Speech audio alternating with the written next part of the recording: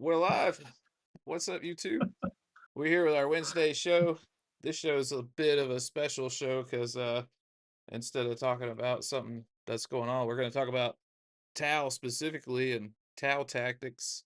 Um, so we got two of the best Tau players that I know from our area. Uh, Seth, who's always here, and we have Ken. He's from the Atlanta area, I believe, right? Yes, sir. All right, and he's a really good Tau player. You got me one time. The first time I met you, you were playing Tau. I think I was playing Orcs, and I was like, "Whoa, this guy's a Yeah. good player." So glad to have you on, man. We're gonna talk about some Tau stuff today. Is something that we might try to do in the future with other factions. Um, yeah, Kenny, you're next, man. We're gonna have you on to talk about Votan next time, or next time we do a faction show. So you guys have been on the Tau train for longer than Twin Lance, and I've been off and on it Yeah. for years, but only with Crute. So, what is you guys' opinions on the Twin Lance? We'll do the we'll get the big nasty out of the way. And when you go first, Yeah, sure. It's broken. It's really good. Uh, Broken. Unrestricted movement in your opponent's turn. Uh, we take that. I thought it was going to come in at like 185 minimum, and that was going to be too little. And then they showed it at 160, and I was like, well, yeah, just going to have to take advantage of it while we can. Damage wise, it's probably close to a Riptide, and then utility wise, it's just so good. The Battle Shock ability, -1 discharge. It's just great to have. It's probably the best strat in Kalyan, and you just get it for free every turn with Twin Lance. You I don't can know. It's you can stack it with something in Kalyan to do -3 to yeah, charge and 2 battle yeah. shocks. You can stack it with photon grenades, and it'll be -3 to charge and 2 battle shocks. You can't stack it with the Pathfinder drone, but the strat does stack, so it can be really really rough. Your unfailable charge now could be failed actually. The way I see it is, it just makes all those ignore charge modifying rules relevant. They're just doing those data sheets a favor. Angrons. I ignore mods to movement and hit kill. Yeah. Nothing sucks more than when you're melee unit, it's like, I ignore charge modifiers, and you're like, all right, I you don't have a rule. Yeah, I mean, I would be sad, but world leaders could use a little help, so I guess they can have that. Yeah, I would I would mirror what you said. I think they're our version of the Vitrix card. They are super OP. They're good in every detachment. I fail to see a single Tau detachment that they are not relative in. They are the nice thing is that they're completely self-sustaining. I just scout, move, shoot, get sustained hits, ignore cover. I don't even have to worry about a guide because I already hit on twos. So unless I have a corresponding rule with guide, I don't care. And they can just go throw hammers. And on top of it, they give Tau something that previously only Farsighters give us, which is melee. Because they have melee guns, and then they get their extra attacks. And another thing people don't remember, but it may not matter the most, but they are vehicles, which means they can shoot all of their weapons, including their pistols, all at the same time. I had a conversation in Discord today where I pointed that out to somebody who was giving advice, and he's like, "You just have to charge them so they can only shoot their pistols." And I went, "No, they get to shoot everything. It is the one instance of that pistol rule being relevant in like the whole game. Is there another one? Mortarion has Lantern plus Rotwind. Sure. So there are 2 instances of that rule. Yeah, doesn't come up often, but yeah, gotta remember. Nope, you can't scam them in close combat. They still just shoot your face off. Yeah, they also can just fall back after combat, so if you don't kill them, it doesn't matter. Yeah, yep. I mean, it makes sense too. It's, your gun doesn't go away when somebody's punching you in the face. So it's kind of cool from that perspective. I wish our other crisis suits had that, but hey, I'll take what I can get. See, so I just built them today, and they're they're really not the size of a commander. I thought they were going to be bigger. They're like more like the size of a crisis suit. You guys think maybe that might be like a new crisis suit sculpt or something? Maybe So more. they're more in size of a crisis commander, which is not a model anymore. Yeah. Yeah, so that's because per the lore, they're piloting prototype XV8s. So they are using crisis suit unit of crisis suits.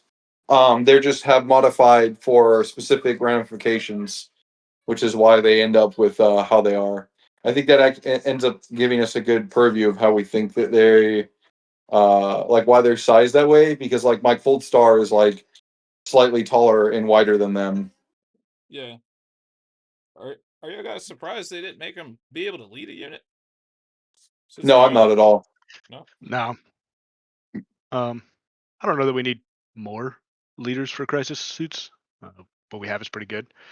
But from an epic hero standpoint, we're kind of lacking. I think we just Farsight have and Shadow Shadowsun are Sun, just Farsight. Yeah. Oh, Dark Dark Strider. Strider. They're just support characters basically. So it's nice to have one that just does damage. He's an epic hero. He's here. I guess they're here to mess stuff up. Yeah. Oh. Oh dang. What's up? I forgot to change the title of the stream. I just saw it. I was about to post it to our Discord. I saw you got it, Max. Yeah. I'll fix that after the fact. I updated OBS and it was a mistake. It was a horrible mistake. Anyway, all right. Well, Seth, back on topic. Well, what do you think, man, about the twin lance? I mean, you're or what's the or maybe what's the worst thing you've done to somebody with it so far? So I've only played a couple games with them, but I went to shoot a Land Raider with the Melta one, and it was my closest eligible target. And I guided with a stealth suit team just because I'm playing Mont Caw, so I wanted the lethals. So close eligible target, I have lethal and sustain.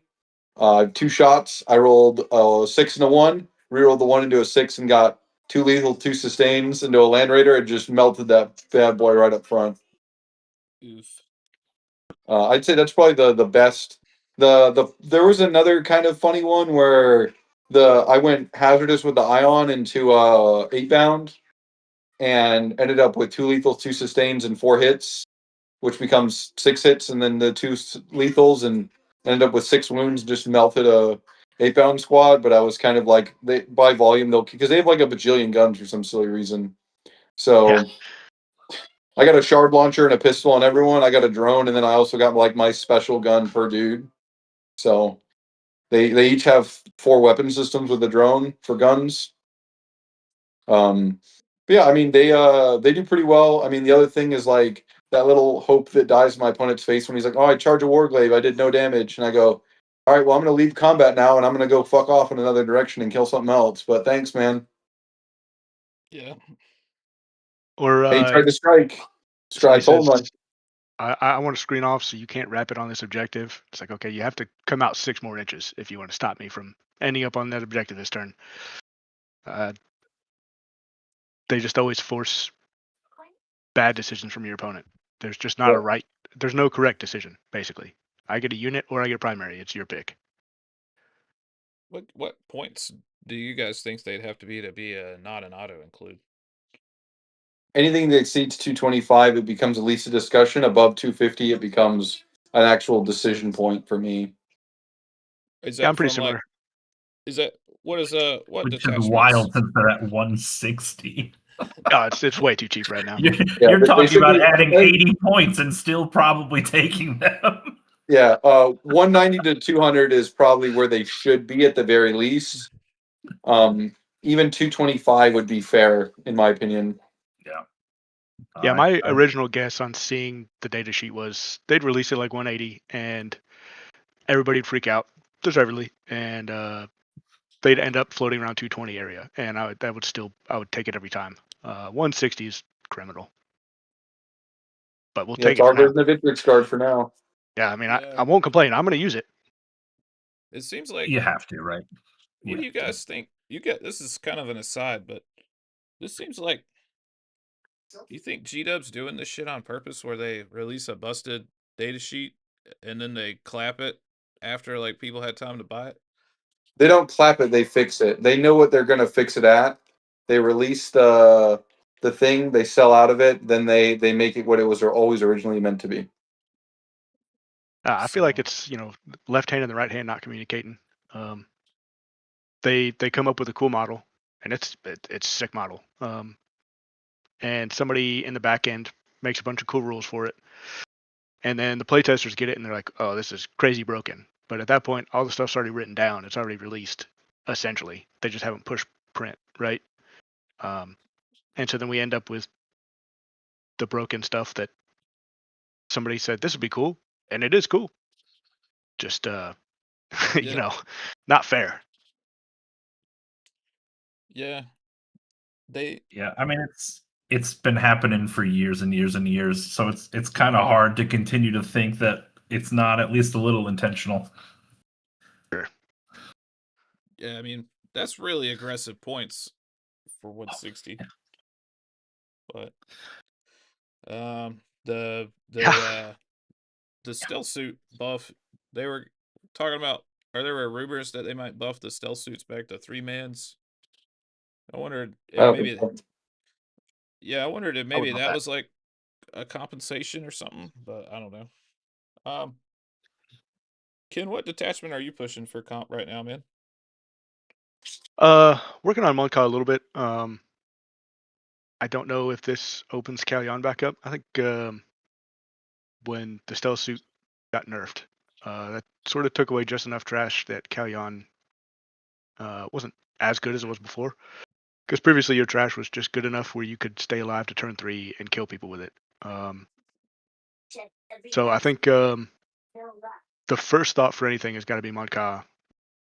Their battle suits, so Red Cadre always has some play, but my first thought right now is just I want to run fast at people and use lethals. Run fat. Okay. Yep. That is definitely Fast gun valid. good. Yeah. Yeah, That fast gun was good. that was good before Twin Lance. Yeah, that's Um, for sure. yeah. Um, let's see. Seth, speaking of that, what did you cut out of your list to get the Twin Lance from your Cherokee list?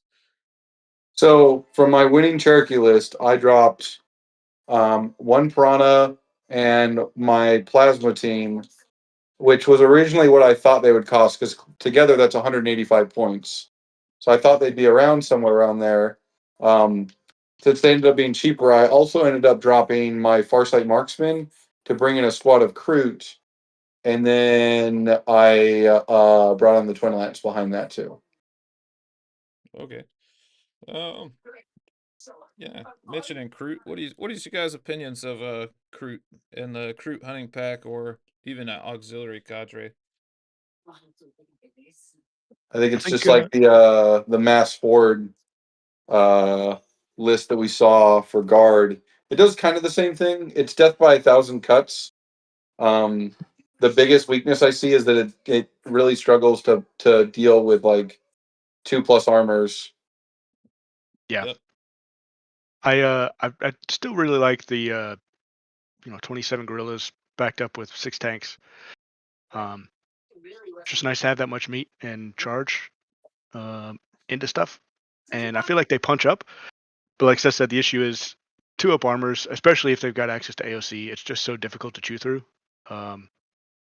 And like Victrix just kind of live through all that, even down a wound each. But I Yep. think there's still a lot of play with all the gorillas and tanks. Like that's a lot of killing power right there. I'm working on probably till the end of the edition. I'm working on pushing Kroot. Um, trying to do 3 damage maxing to see if I can get over that hump. So we'll see how that goes. Yeah.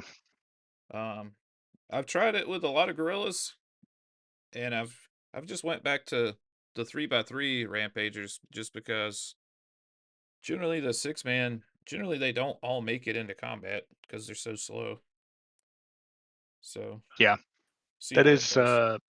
they're kind of an awkward unit to play with. and I played that for a little bit, like 2 or 3 events, and it just felt like when you get like 246, you could kind of just run a squad up each side and say like, yeah, you can poke out. Your Vindicator is going to kill like 2 guys, and then I'll get to charge whatever I want. The amount of times I've had Vindicators shoot into them and kill like 1 or none is probably too high. They're just so awkward to kill. Yeah, Do they have really what, 5 wounds? Yeah, they Yeah, have it's 5 56, wounds. 5 wounds, 5 up invuln. They don't have stealth though, right? No, No. you give them 18-inch lone up, so it's awkward. Mm. Yeah. Weird. Yeah, I've been saying that for a while about, and that's why I think they're the scariest, is because they're just such a weird defensive profile. Because if you put anti-infantry into them, you're going to do nothing. If you put anti-tank into them, you're going to kill 1, maybe 2, like far less than you probably should. And then all of the rest of everything you have on the board is just free to do whatever it wants to do. And if you leave them alone and you don't shoot at them, then they're just going to engage whatever they want. And they're even the things they may not kill are just going to be locked there forever. And it's just the worst. Awkward is the best way to put it. They're just so strange to try and fight and figure out what to do with. Yep. Horrible for a Nightman. I mean, for everyone in general, but yes, specifically for me, for sure. Yeah, but no, it's just such a weird thing to try and fight. Yep. The Ox Knights are one of cadre. the armies. Knights are one of the armies you can get everybody into engagement range and just be like, hey, here's a bunch of mortals. Yep. Yeah. And then even if we can get out of combat, there's nowhere for us to go because we can't move because now the board is just a blanket of Kroot. Yeah, just littered. So it's just A living blanket of chicken men. Yep. Too much chicken. Too much chicken. I love the Kroot mans, dude. They're my favorite. Yeah. Where was I? Where we go? Oh, yeah. So Seth, me and you are both taking Tal to a GT this weekend. I'm taking taking the Kroot that's been on the stream for anybody that's interested. I've been playing a lot of Kroot on the stream lately. Seth, why don't you tell us a little bit about your list? I got it pulled up to where I can see it, but I don't. OBS is. I don't want to mess up the OBS, so I'm not going to put it on the screen. So I'm playing Monk Ka. Like I said, it's just a small deviation from my Cherokee list. So I have Shadow Sun, Farsight, Missile Commander, and Enforcer Armor. Cold Star Fusion Commander with Strike Swiftly. It gives him and another unit within 6, Scout 6. I got 2 missile teams, 2 melta teams, 1 missile team unled, 1 with the Missile Commander, 1 melta team in Deep Strike with Farsight, and then 1 with the Strike Swiftly Commander, 1 Riptide, 2 Ghost Keels, 1 Piranha, 1 squad of Kroot, 1 squad of Pathfinders, 2 Stealth Suits, and then the Twin Lance. I have 5 Infiltrates, 4 Scouts. I can turn 1. I can take the entire middle of the table, and then first 3 turns I get Assault, and if I'm guided into you, lethals. And of course, Twin Lance gets sustained and more covers, so they can get both. The 2 Stealth Suit teams augment either Ghost Keels that go in deep, Piranhas for an early Alpha Strike, or like Twin Lance or the Melta team. And I just try to paint. I mean, the whole list idea is basically I throw the sink at you and hopefully you stop moving. Most games, if I pick up anywhere between 500 to 700 points first turn, I'm probably in a winning position. Okay. Yeah, I mean that's basically the whole bit. All right. It is. Oh, go ahead, Ken. It's funny to me hearing your list compared to like a typical Tau player. Coming from a typical Tau player, we're a lot more like tradey style, and not a lot of us transfer as well into that. I'm just sending everything forward, and it's been funny seeing reactions to your list.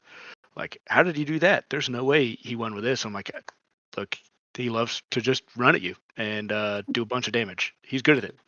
So, in all honesty, I am a World Eater player or Templar player at heart. So I just want to throw fists. Like I just want to jump into the middle of a mosh pit and just start smacking people. And whatever army I play, I'm gonna try it. And Tau, I also love Farsight. Like Oshova is like one of my favorite characters in 40k. So he was really the main decision point lore wise. Now, tactics wise, a big deciding factor was I wanted to make a list where if I went first or second, it didn't matter. I go first, I'm throwing the sink at you.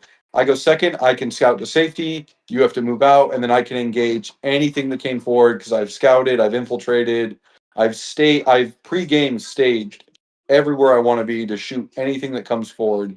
And I've played games where somebody's sat in their corner and like layout one in the box and just been like, I'm just gonna put my whole army in the box. And I'm like, okay, cool, I'll just sit here. And they've waited 3 turns to come out. Yeah. So- I mean, that happened to me at Cherokee, where people said, "You have lethals 1, 2, 3, right?" I said, "Yeah." I said, "Okay, I'll just wait for that to be over." It's like, okay, and then I just get max primary for 3 turns and win the game, and hardly have to roll any dice.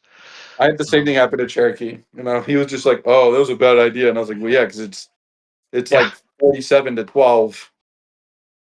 No, I know I want to try your style of list. I've got GT coming up here in a couple weeks, and I want to try it just because obviously it works, and it's a little bit outside my comfort zone. But if you can just kill a whole bunch of stuff, get to go eat lunch early. It's kind of Yeah. nice. Yeah, I mean, I think I had 4 of my 7 Cherokee games end within 90 minutes or less. I can't say I've ever had that happen. You might be the first tile player ever to do that, if we're being honest. We're notoriously a slow bunch. Yeah, and see, that's the thing, though, right? It's like everyone thinks that. So it's funny. I think it worked to my advantage is that everyone sees Tau and they think, "Oh, Cao Yun, he's going to castle. He's going to play real cagey." So they deploy thinking I'm playing cagey, and then they watch me just throw an absolute haymaker turn 1 right into the jaw. Yeah, that's So that's tough. I know a Tau player does have a record for fastest game win. True. Back Oh in, yeah. back. Oh, that's a throwback meme, man. That's Yep. old. yeah, to the crew special. Yeah. That don't happen. That's not possible That's- anymore. I wish. No, it's not. Sad. You know, but it was pretty funny when it happened. What a hero that guy was. If you're gonna play crew, you're gonna be there. You're gonna be at that table for 3 hours. Yeah. There's Yeah. no way around it. Like Yeah. when I'm playing the games and at the GT and like Seth comes over in like 45 minutes, I'm like, yeah, I'm gonna be here for 3 hours, man. Yeah. How's it going? I'm not sure yet. I'm still in my first turn. Yeah. And I'm like, yeah, my game's over. My score's in, bro. I'm gonna go get lunch. Thanks. Yeah. Yeah. Um, Playing Monka like that is so difficult for a lot of armies to combat too, because like you're saying, your choices are what? Come out and die, or castle up and you insta lose. Yeah. So it's tough. I mean, It's so tough to know what to do. the best thing. So one of the best questions I got on a competitive Tau Facebook group was, "Hey, almost nothing in your army has invuls. How do you stay alive?" And I said, "It's simple. If the opponent's dead, they can't shoot or stab me." yeah. Yep. So Seth, I got a couple of questions for you, buddy. Yep. Listen. So just gonna break down some of your unit selections and let you tell me. So I see you just running one Riptide. What are your thoughts on the Riptide? Just in this Monka in your list, and just as a unit. I play my armies like I play chess. So my Riptide is my rook. He's kind of like my strong point. He's a unit that you can't just punk out in a lot of situations. T9, 14 wounds, 2 up, 4 up. Like, you have to dedicate an appropriate amount of hatred to bring him down. You can't just be like, here's a single Vindicator with no oath. I got you. It's like, nope. Like, you have to dedicate resources to kill him.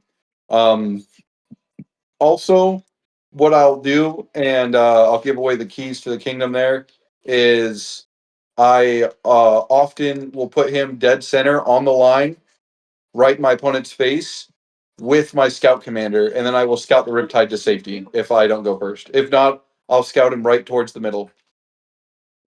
Yeah, otherwise, like any of the big suits that could take a twin melta, I did, and that was because of Catan, because random melta shots punching through is really good. Otherwise, that's kind of all the questions on him. What was the next one? Um, What do you think about going to more than one Riptide, or if there's Tau players that want to play more than one Riptide, what would you tell them? I definitely think, even in Montcalm, I think 2 or 3 is not bad. It's just not how I want to play it, because I want as much lethals as possible, so I need as much volume of dice as possible. But that does not mean that mass Riptides or multiple Riptides is not playable at all in Montcalm. It's just not how I want to play it. I got you. What do you got to say about Riptides, Ken? I think outside of the Twin Lance, they're arguably our best data sheet, and that's part of why I and so many people looked at Seth's list and was like, "Yeah, I'm not really sure how he did it." I mean, Seth, I know we talked a while back while you were building the list, but I think it's the long range is so difficult for people to deal with. I think, like you said, Seth, you can't just, it's T9. Here's a couple shots while I'm focusing on killing something else. You have to focus to kill it. You can't just luck out, really. And I think having a little bit of durability is nice, because most of our army is you put it out and you're spending it, right? If you're trying to play that more cagey style that I and a lot of others play, where if my hammerhead is coming out, it's going to kill one thing, and then if my opponent still has stuff left, my hammerhead probably dies. Yeah. Whereas Riptide doesn't really have that issue, unless they're putting a lot of stuff into the Riptide. And if they do that, well, you set up behind it and have a lot of your stuff to come out and shoot, right? Yep. It just requires a hefty commitment to kill, and it doesn't have the best offense out there, but it has pretty good offense. And it just lets you play around a lot of stuff, right? Being so At what durable, fall back and shoot and range. at what point would you drop the Twin Lance for just another Riptide? Like what point range? Like, if, like, what point did a Riptide go up or down, or Twin Lance went up or down? Yeah, like Twin Lance we know Twin Lance is gonna catch a nerf, so like at what point would you just be like, I'd rather just have the second Riptide, or For me, it's going to be above 250. If Twin Lance goes 250 plus, it turns into if the rules don't change and it goes above 250, that would be a decision point for me. What do you think, Ken? I mean, hell, I've seen a couple people say they play it even as high as 300, right? The ability is just really broken. So if the ability stays the same, I mean, I'd sacrifice Riptide for Twin Lance even at 250. Okay. 275, I think it starts to be like I don't know. I think I kind of just want damage. The ability right now is just busted. So Okay. All right, fair enough. Yeah. And from a creep perspective, I would, yeah, I don't know. It'd be hard. Um, Speaking of that though, from a creep perspective, the next unit I want to talk to you about, as we'll go through Seth. You have 2 ghost kills in your list. That's probably one of my most favorite units, and we want to kind of just break down the same information, but with the ghost kill now. Yeah. So again, hyphening back to my chess explanation, I play my ghost kills as a love you too, baby. As kind of like the bishops. They kind of like cut corners on the map. The lone up on them allows me to, like I said, cut corners on them, where I can say, hey, you have to get a very specific angle to deal with me. One of the best things, and I've done this, and I talked about it with Kale in one of our games, was I positioned a ghost kill where he could shoot it if he moved a big knight into the middle of the map. So, and he did kill it, but that big knight is now alone in the middle of the map and is an easy target for a majority of my army to line up and hit. So I use them to force bad positioning on my opponent. Kind of like how the Lions rule forces custodians to stay apart. I can force you to have to come out in a way that exposes you. So kill me or not, I can retaliate in kind and kill you. That's a really good explanation. When you played those two, did you try to play them more aggressively or just? So that's a good point, Ken. Let me clarify. I always put one as what I called the guardian of my natural, where he would just go take my natural and just be like, "You have to come point blank to take this," and I can still generally provide fire support from safety. Or I'm just here forever. And the other one, I would play super aggressive. I'd put it like 12 inches from your deployment zone or whatever to force you to have to come out in the open to kill me. Yeah, I remember talking about a list with somebody, and he said you have to have 2 ghost kills to secure your natural. I was like, you should not do that. He goes, well, I saw Seth Piper's list. He had 2 ghost kills and he won Cherokee. I was like, I guarantee you, Seth Piper didn't sit 2 ghost kills on his natural all 5 turns.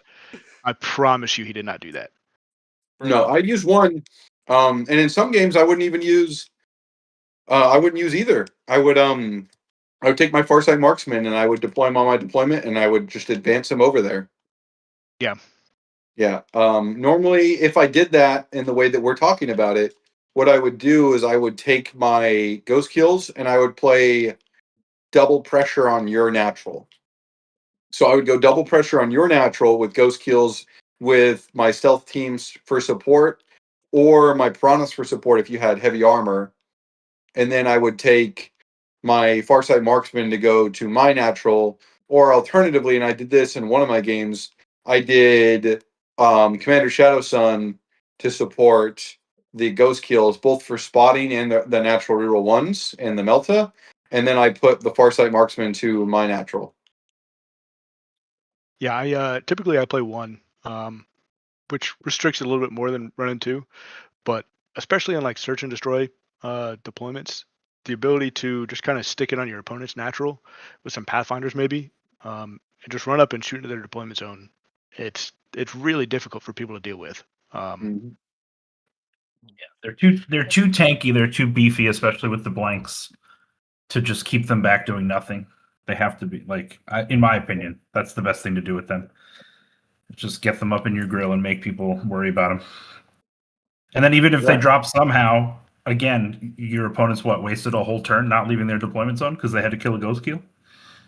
Yeah, I mean that's again goes back to what I would do Okay. with my aggressive played one, because I'd normally put it somewhere near the middle objective or in the middle, but not on a point so you don't get overwhelmed if you draw it. But like, hey, like in against Drukari, it took 2 Ravagers, a Scourge team, and a Incubi team, and it's like cool. All of those things are now in the middle, and I'm just gonna mop up all of those things now. Yeah. Ghost Kills hand this down, probably my favorite like actual Tau unit. But Yeah, when Oh, I 100%. was getting into Tau, I was like, this thing is freaking awesome. I'm getting one of those. Yeah, if you guys ever played Titanfall, they look a lot like an Atlas class Titan from Titanfall. Um, to kind of a self lore bit, Tau was my first army in 2002. So I bought into them on the Sphere expansion set, and that was my first 40K model set I bought ever. Grandpa over here. Oh yeah, yeah. I've Back been in my playing for a day. long time.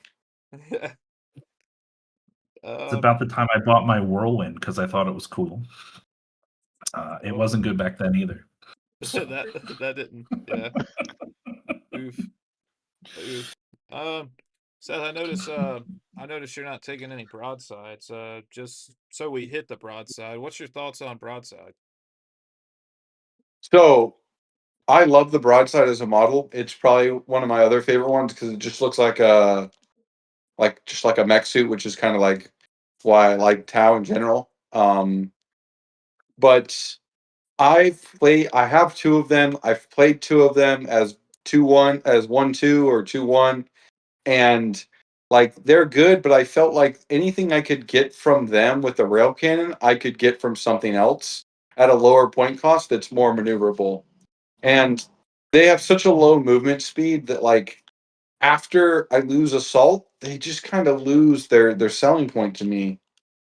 Um I love the rail cannon. It's so good, but like otherwise I just feel like I lose so much love for them. I tried kind of like a meme with the missile fists, um, and then the +1 AP strat for Malka.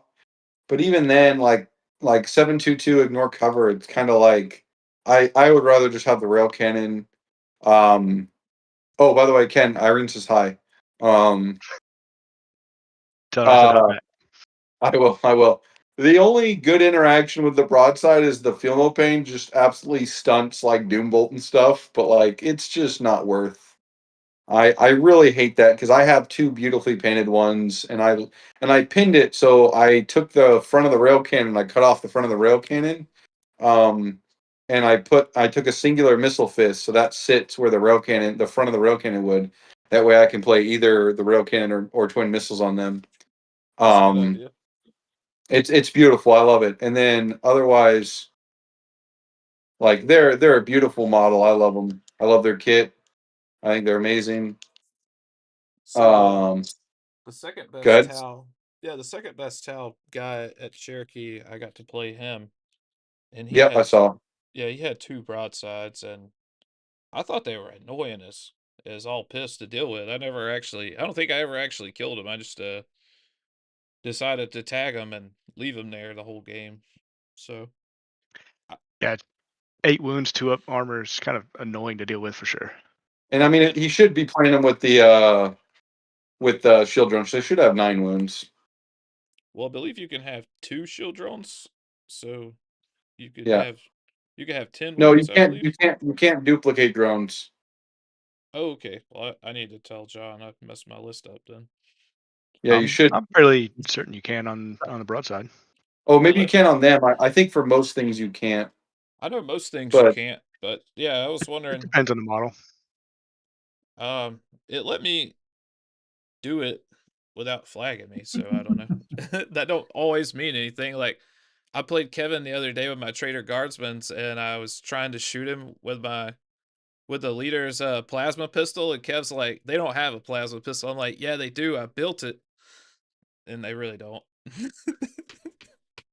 Yeah, looking at broadsides, they specifically Cheaper. can take duplicates of drones, so you Okay, can get up to 10. so 10 wounds for 80 points with a 2-up. I thought it was pretty good, but I don't know. I haven't I've tested it. seen some people use like 2 of them solo, and equip them with a marker drone, and just kind of use them as auxiliary spotters and try and take advantage of heavy with the rail guns. They also will take like flamer star size and use them and just kind of drop the stealth suits altogether. I'm not a huge fan of dropping stealth suits, but I do like the idea of using broadsides as that, just because they're durable enough to live through a decent amount of activations, right?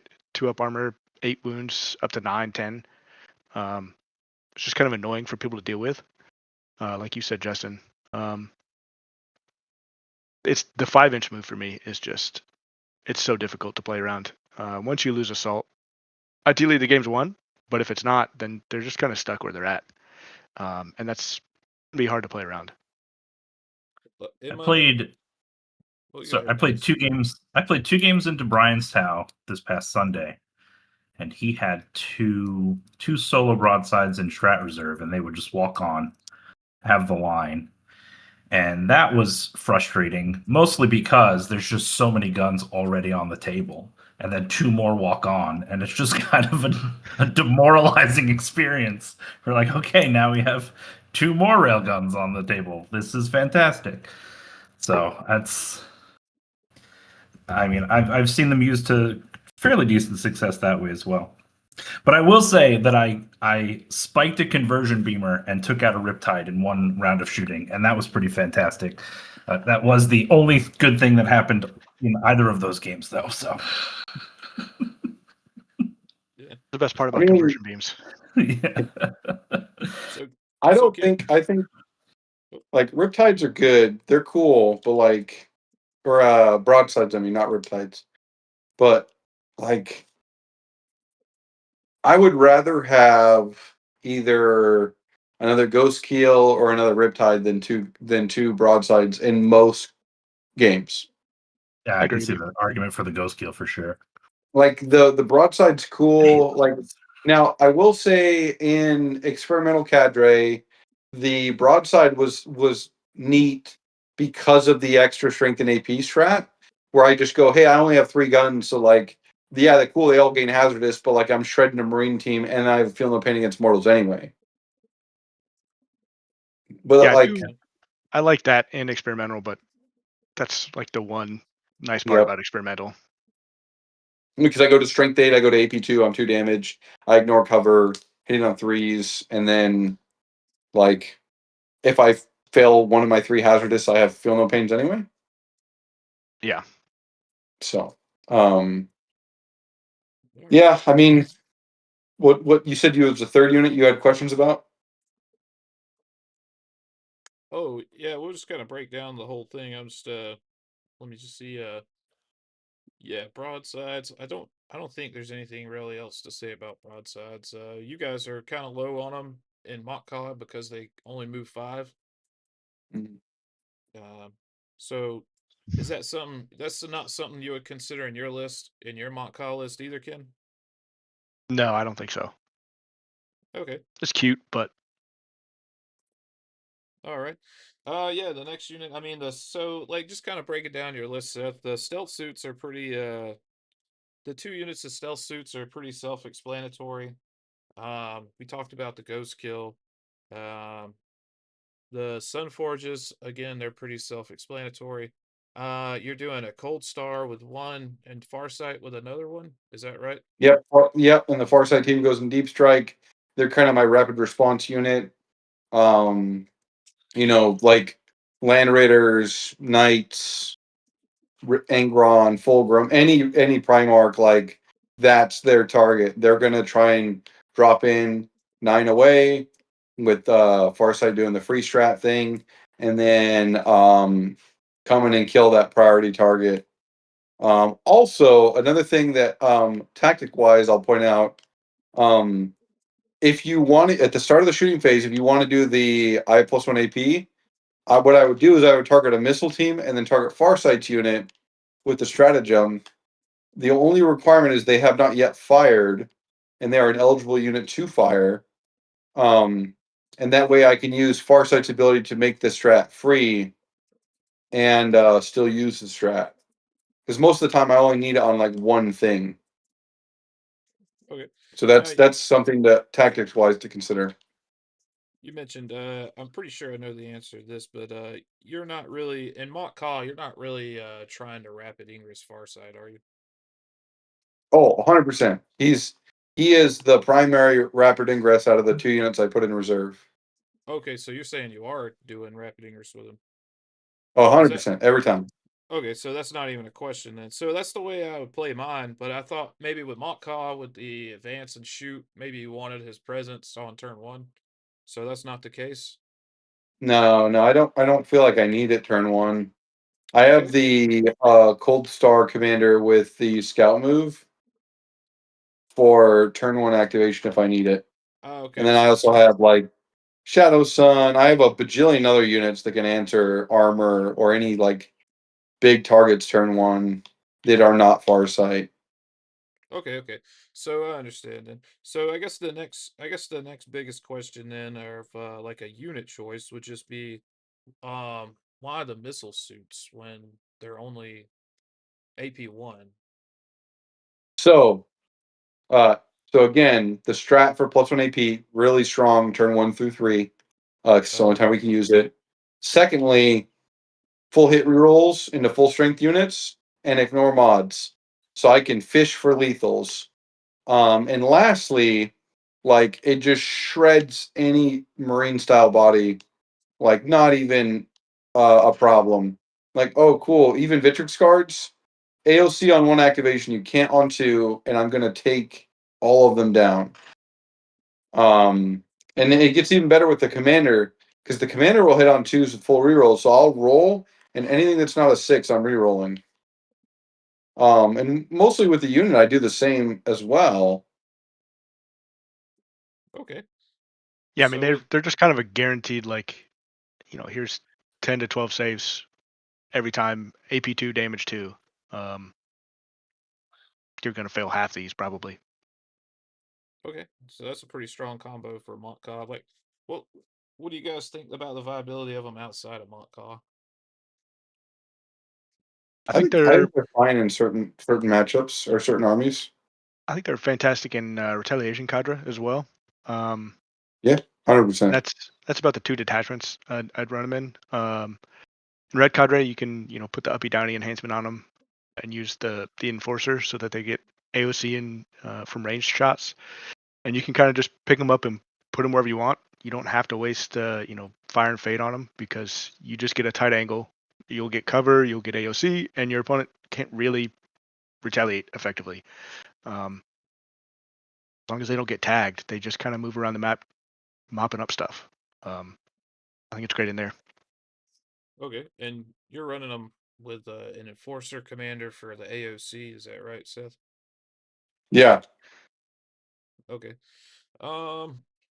Let's take a let me take a quick peek back. I mean, I think pretty much from there. So the piranha kind of know what's going on with that. That let me make sure I understand. That's usually just going shoving down somebody's throat on turn one. Is that pretty accurate on that, or Yeah.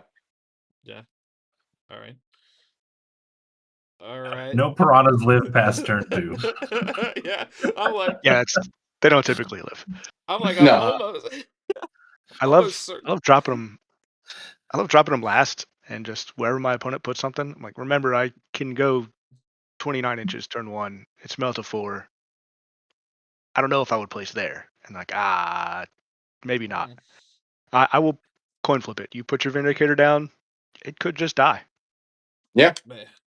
It's I've not. done it several times where, hey, you put down. It was funny. It was actually against a Venom Crawler, where the dude put it down, and I was like, hey, I can move. I can scout and move. I can move 24 inches first turn, and then I have the Melta and then double missile on mine. He's like, oh, it's fine. And then he failed the Melta save, and I was like, yeah, it's D6 plus 4. Just rolled the 10 straight in. And then I was like, I also have the missiles, and he's like, oh shit, I didn't realize you also have missiles. Yeah. And I What's was like, oh yeah, bro.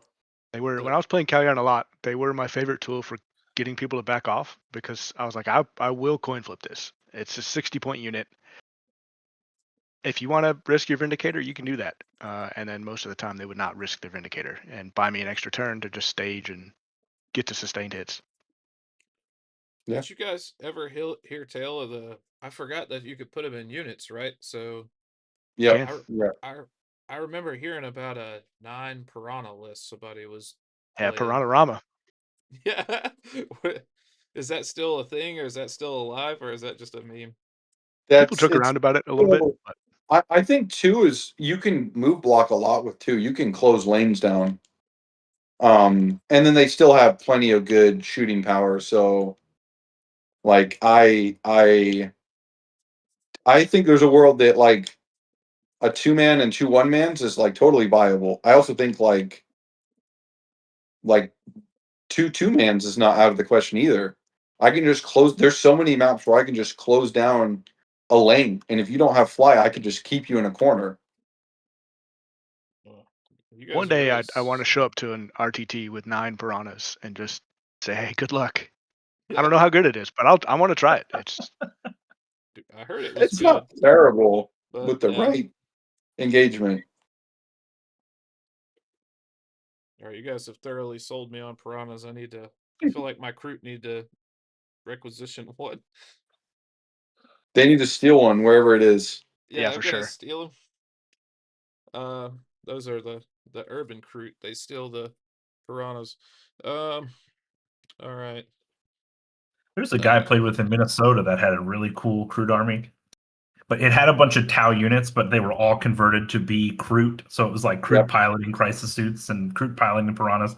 His I've seen Kroot I played piranhas against were that pretty guy rad. at Rocky Top last year. Yeah. Is that the guy with? Does he have red crew? The one that I know of, they're not red. They're very green and foresty, Oh, okay. but it's a cool army.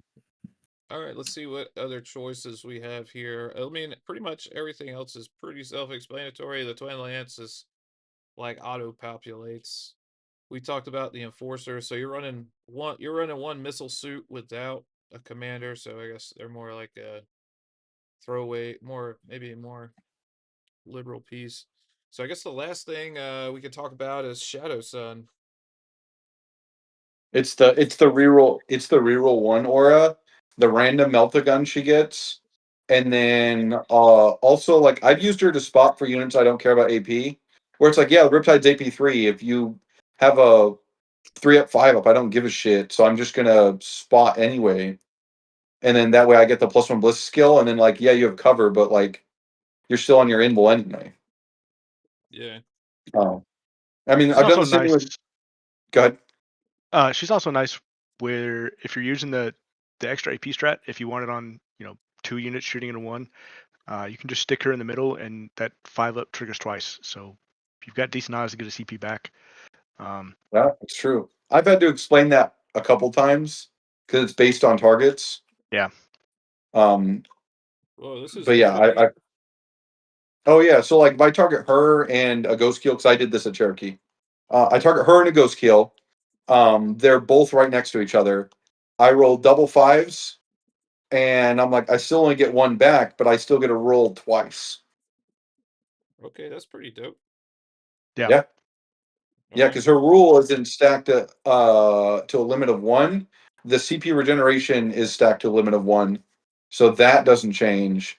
But since they still meet the requirements for her rule, I get a check twice.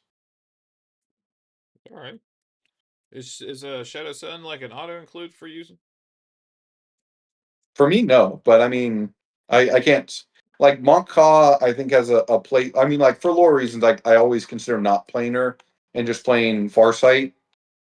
But like she is another infiltrator, another scout. The -1 to hit and wound and shooting has saved her a dozen times in my games. Like, oh, cool, I'm wounding on twos and threes, and they roll 5 2s, and I'm like, oh, damn, she didn't take any damage. Oh Crazy. damn. Yeah. Dude, I love Shadow And the Sun. -1 is just a flat. So it's like I explained this when somebody they walked on a bunch of intercessors and tried to shoot her, and I was like, "Yeah, she's T4," and they're like, "Oh, cool, winning on fours." I was like, "Nope, it's -1. It's just straight up -1." Yeah. So Just you're minus hitting one. on fours, winning on fives, bro. Dope. Yeah, I loved her before we got Tron Lance. She was fantastic because I don't run a lot of characters. My list is very different from Seth's, and so she was the only character. She's lone op, and I would just use her as a buff piece early, and it just made assassination a dead draw for a lot of people. With Twin Lance, I'm not sure as much. I think obviously her effect is great. It it means you're not as reliant on stealth suits in every area. Um, but it does take away some of that.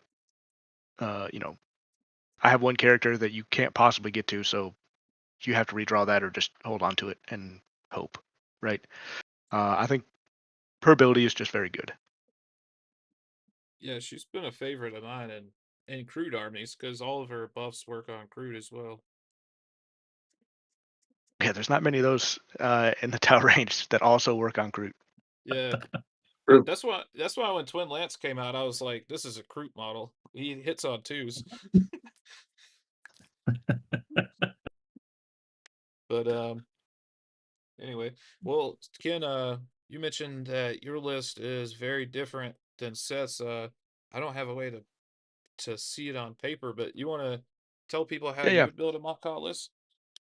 Um, right now, what I'm testing is just kind of similar. I think I ran it at Cherokee as well. I'm just taking out a ghost kill, and I hate that being down a ghost kill, but it's 160 for 160. So it's just Shadow Sun, Twin Lance, Triptide. Um, Triptide's Eternal. I love it. Yeah. Um, All right. I've got Breachers and a Devilfish. I think they're fantastic. Hitting on twos, a lot of times rerolling ones. Um, and it's 20 OC. You can kind of just stick somewhere. Um, and then I love being able to put the Devilfish out on a point and say you have to be able to deal with the Devilfish and the Breachers inside, and you got to give me something good to do it because um, that it's still T9 with 13 wounds. Like it doesn't die accidentally. Um, I've got Kroot Vespid, kind of the standard support package, 2 stealth suits. I've got a Kroot Rider to fill out 40 points. He's just kind of a 40 point action monkey. He'll screen. He'll just walk on the middle objective to terraform or cleanse or something like that, and be like, "Yeah, you can't just send nothing out to kill my 40-point guy. So I'm going to get something for it." I mean, I've had him live through JPI and stuff like that, and the look on people's face when they're just stuck out there trying to kill a 40-point unit is like, sorry, now you die for free. Um, And then, 2 piranhas, it's hard to leave home without them. They're just so good. And then a rail hammerhead and a sky ray. Like rail hammerhead, anytime Marines are good, it's nice to just say, sorry, bullet, sorry, Vindicator, Rep X, you don't get a save. And sky ray that's- just helps get around those 4-ups. that is very different than Seth's list. So that is. I think it's the classic Tau style where I play a little more cagey than Seth does. And I want to work on that, being more aggressive. So I don't know that I'm going to take that to the GT coming up here in 2-3 weeks, but it's certainly on the list to be tested, right? I think it's just kind of answers every problem pretty well. Okay. Dope. What is the next GT you'll be at, kid? I'm going to Tennessee Elite Open. That's actually not in Tennessee. It's in, I think, Hopkinsville, Kentucky. But they run a great event out there. How I far? won the last one. How far is the drive? I'm driving 5 hours, which will suck, but Hmm. I won the last one and got a free ticket, so I got to go try and defend my ground, defend. Well, shoot us a link to that in our Discord. I've been wanting to check out one of those guys' events. I heard a lot of good Yeah, things Frank about. runs fantastic event. Dope. We showed up on Friday for one, and he was passing out pizza and water to every table, just coming Yep. by with a tray, like, Look, "Hey, you want Yeah, some Frank's pizza?" good people. Ken, you can't tell people about that. Yeah, Frank's 'Cause good people. there's no way I could compete our events with that. Well, actually, I mean, we're gonna difficult. give out beer at our GT, like legally, but Hell yeah. that's the best I can do legally. Well, it sounds bad, but I'm like, we're just gonna give everybody beer. I don't know what the law is for that. All right, cool guys. So I got a couple of more questions, and then we'll wrap this up because this we actually had a lot to talk about for Tau. So this will be, I guess, more for you, Seth, and for you too, Ken. Um, really, but like, what what do you think is the worst matchup for Montcalm? I mean, I have my own opinion, but I have had the worst time into specifically MSU mass character Necron Awakened Dynasty. Just reviving a character with a 3 damage weapon that can just come touch my suits that I don't have charge damage into is abysmal. That and then the only other one I could include on that like list of like top annoyance is Zeech Demons, because I didn't kill a full unit of pinks. They split. Now there's 20 of them, and the motherfuckers are taking up the whole table, and it's impossible to take primary from them because they're all OC2. Pinks are miserable. Yeah, I fought a 30 pink, 20 blue list that my buddy wants to play, and I was like, I don't have anything in my army that one taps any of these units because of 4-ups, so I'm going to hate life and try to kill them. And it did not work out. And he beat me on primary. I won by 4 points on secondaries, and that was it. But like it was an abysmal fight because nothing in Tau one taps 10 pinks. I don't. No. I don't see it. I don't see anything in Tau that does. It's the burst star size. It's like 50 shots with a commander. 3 of Burst? 10 men, a breacher unit couldn't do it. Do you think? I had a breacher with a Codger Fireblade, couldn't do it. Ooh. I mean, you need like 20 saves, right? is the problem, and with a fire blade they might could, but without it, no shot. Yeah, I gave him 18 saves with a Contra Fire Blade, and he only failed 6, and then was just like, "Oh look, they all split," and I was like, That's tough. "Great, I will never kill this unit."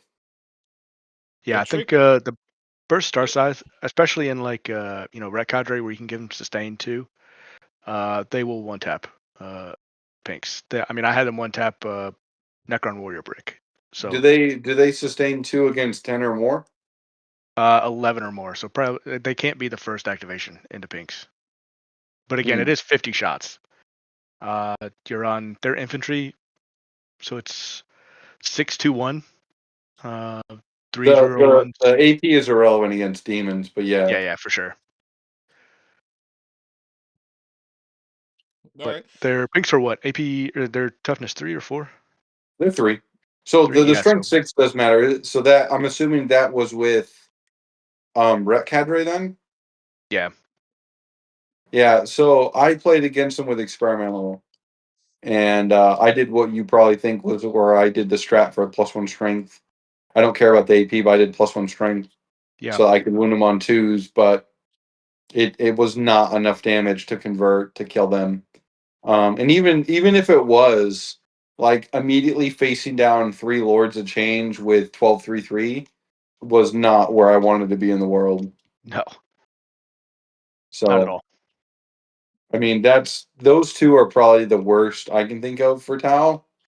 I mean, like, funny enough, like the 200 guardsman list, like I have so many units that just ignore mods, I just don't care.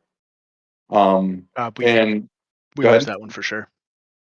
Like I've talked to I Scout. I can try so hard. I think it really matters who goes first. If I go first, I think I can pin him. If he goes first, I don't think there's a world I beat him. Like, you talking about I like a Nemo type Recon. list? Yeah. Yeah. Okay. If he Uh, goes first, there's no world I beat him. If I go first, I at least have a chance. Where's that guy from? Do we have to worry about that guy, or is he just? He's from Michigan. He's just a myth to me. He's up north. He was at He, ATC. Oh, yeah, he's No, I think most lists we have ignores cover is nice, but they just won't give us the big units. It'll yeah. just be, hey, here's 5 guys, here's 10 dudes standing on objective. You never get any primary because they just move, and so they're going 9, and then they can advance them, and they just have to stand on circles, and then they're gonna out secondary you. They do more damage than you think. I've talked this out a good bit with David Purcell, local Yeah. Atlanta guard player. He's a really good guard player. I said, if I'm playing Ret Cadre, I can kill 3 20-man bricks. He said, that's great. You will not see them. They'll just hide. And it's just going to be 5, 10 mans running out. And you have to put enough stuff on the circles so that I can't take it, and then I just get to kill the stuff on the circles. And I was like, yeah, fair enough. fair enough. I think that's an army that just, it's the best army in the game right now. It's just nobody wants to play it because it sucks to play. So there's a couple matchups that I think that counter them really hard. Like I think Custodes Shield Guard, which is not the preferred version of Custodes we see, but Custodes Shield Guard with crits on 5s with sustain just butchers that.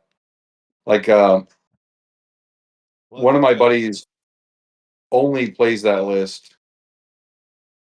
I think the 30 Scarab Terminators is supposedly pretty good in it.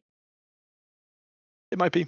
I think that guy actually lost to that at like he lost but then he won or something.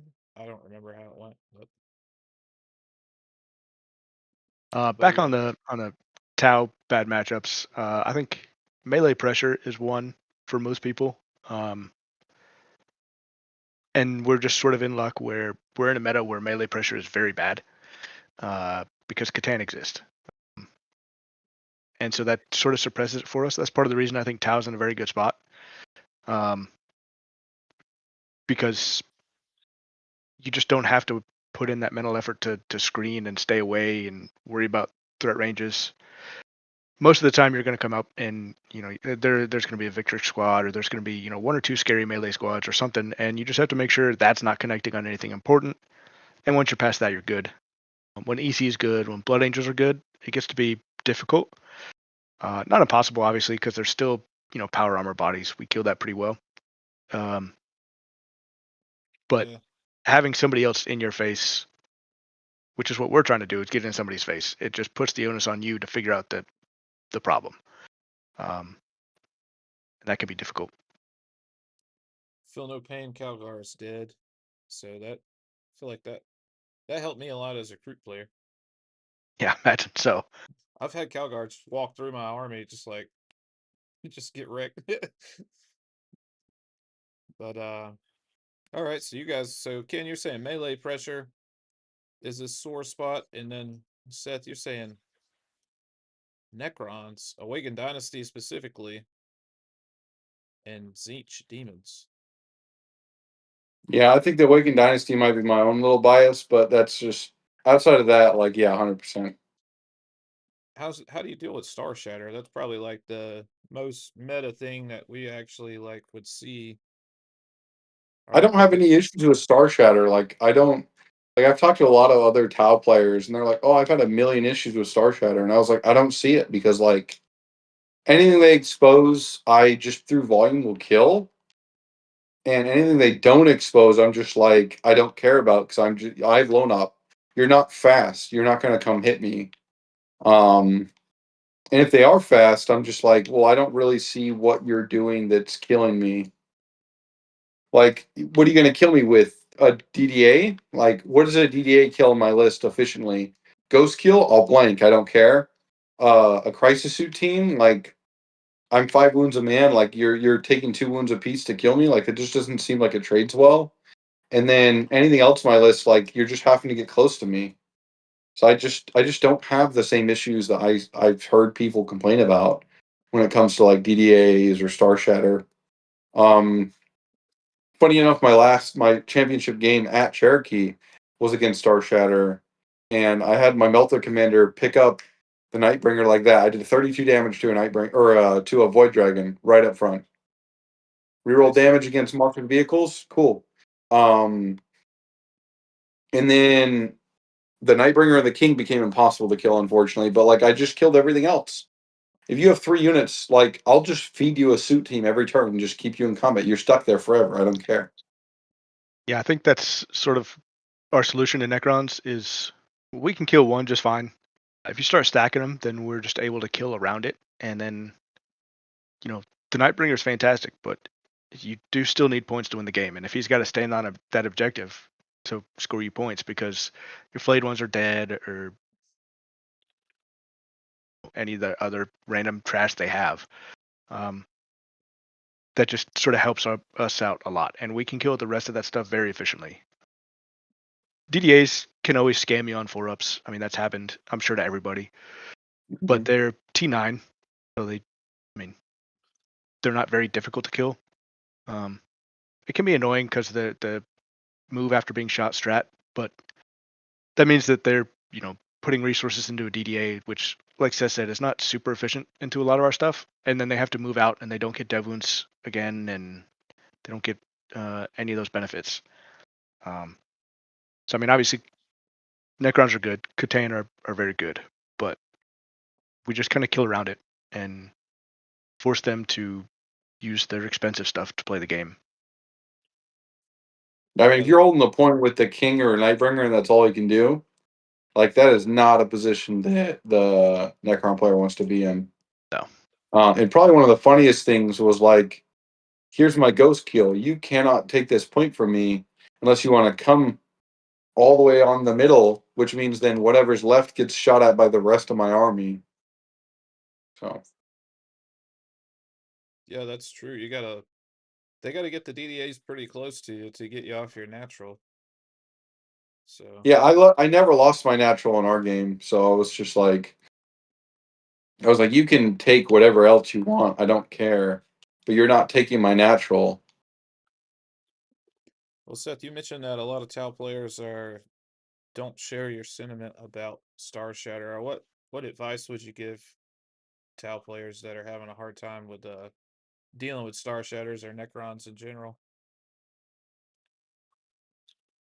I would say probably the biggest thing is you can lock them down on positioning, even though they can walk through walls. A lot of their units get stuck trying to do that, and if you just stand on the other side of the wall, even with the movement, they can't really do it efficiently. Yeah. Yep, that's valid. I noticed that in my game the other day. Um, all right, guys. Well, we've definitely hit our time limit. Yeah. If you're arguing with people in Discord, just throw them a link to this video, man, and be like, I do like to argue in Discord sometimes. It can be fun. Sitting at work, yeah, I don't want to do anything, so yeah. Advertise our video with it. Be like, here's a video about towels. Shut up. hell But yeah. uh, so yeah, it's kind of a prototype video. So, you guys got anything else y'all want to say about Tao? Twin Lands are really good. Oshova is the best character we got. Um, every detachment we have has at least some level of viability. Pretty much, yeah. DW, if you're listening, just hold off on the nerf for a little bit. Let me play it at 1 GT. I would appreciate that. Thank you.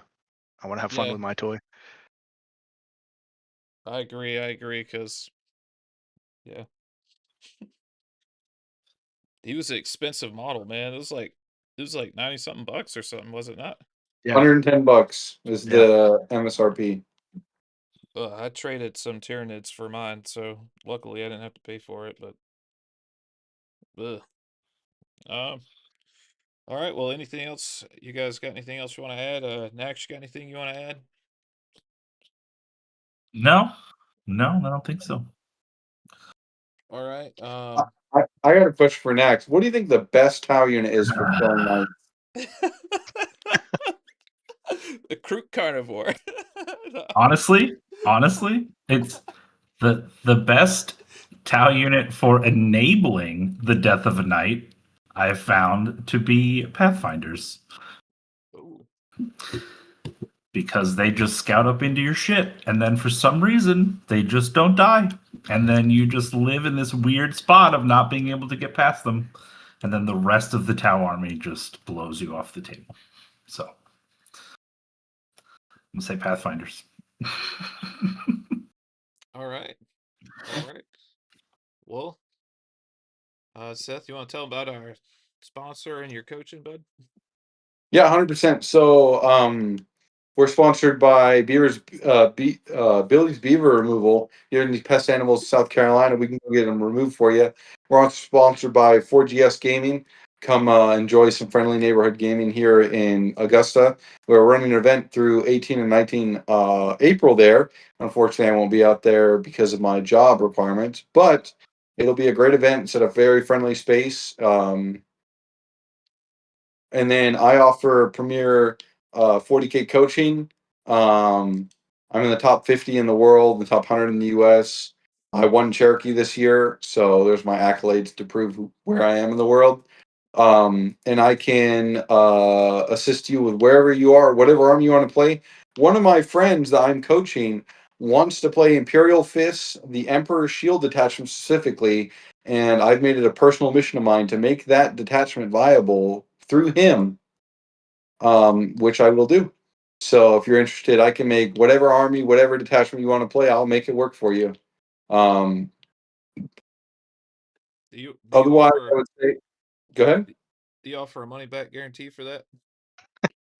I will do my damnedest to make your detachment work. I would say I can get you a 2-to-1 RTT play, Yeah. a 2-to-1 RTT play, or a 3-2 GT play at the very least, with at least 3 months of coaching. I do offer a first time. I'll look over your list and basic tactics and tell you where you are in the world, in my opinion. And if you disagree with me, that's totally fine. But that is something that I've done for a lot of my friends here where I am in southern Georgia, or northeastern Georgia now. But yeah, that's kind of the key points. Check us out, like, subscribe, And hit me up if you have any coaching questions. I would love to help you with your whatever your coaching questions are, or just general 40K knowledge. I've been playing 40K for 23, 24 years. I'm a huge fan of the lore. There's not an ounce of lore I haven't read. I've read almost every book that GW's produced since 23 forward. Speaking on that, is there a Farsight book? There's 3 Farsight books. Whoa! I only got and only they are. got I only Go got ahead. one Audible. Only got one Audible credit. What's the best one? Farsight Lies of an Empire is probably the best one. Is that the first one, or am I gonna be? It's the second one. Yeah. All right. I would say it's the best one specifically because it covers kind of Oshova's story of like why he no longer trusts the Ethereals, and then also like how the Farsight Enclave is established. It also has one of my favorite quotes from him, which when he's talking to the Imperium goes, "Hey, it's not worth our time to really try and fight you." And this Inquisitor likens the Farsight Enclaves. He says every world is defended, if not as equal to, but as least as much so to an Imperial Death Watch fortress, which is basically saying that every world is defended with as much ordnance that it is not worth any invasion worth taking, because they would lose far more in resources taking the world than they would actually owning the ground. Also, it has Oshova's story with where he realizes he is effectively immortal through the Dawn Blade. I'm waiting on a Kroot novel, but Is there a Not gonna book where happen. he realizes he is an acolyte of Corn? Is there a spot where that happens? That would be the book I'm referencing. He does Okay. not realize he is a acolyte of Corn. I don't think he is an acolyte of Corn, because the capitulation to Corn requires the willing understanding of the taking of life for martial prowess and martial victory only. And Farsight doesn't believe in killing things that he doesn't have to kill. So I would say he cannot, through official means, be considered an acolyte of Corn, because he does not believe in taking life simply to take life to prove that he is a better warrior. And he has on several occasions, even against orcs, willingly not killed them. Okay. Well, I think we can agree that Corn claims Farsight, though. Even if Farsight doesn't claim Corn claims Farsight for sure, right? So probably the most interesting thing about that story is the fact that the Dawn Blades, the temple that the demons spawn at, do not appear like Corn demons, and they appear far more like Slaanesh demons than anything. So Farsight's fucking, is what you're saying. I mean, homies, so most Tau only live like 70, 80 years. Farsight's been alive for like 320. That man's probably met descendants of his grandchildren and been like, "Hey, boys, it's me." he actually left the Tau Empire because child support.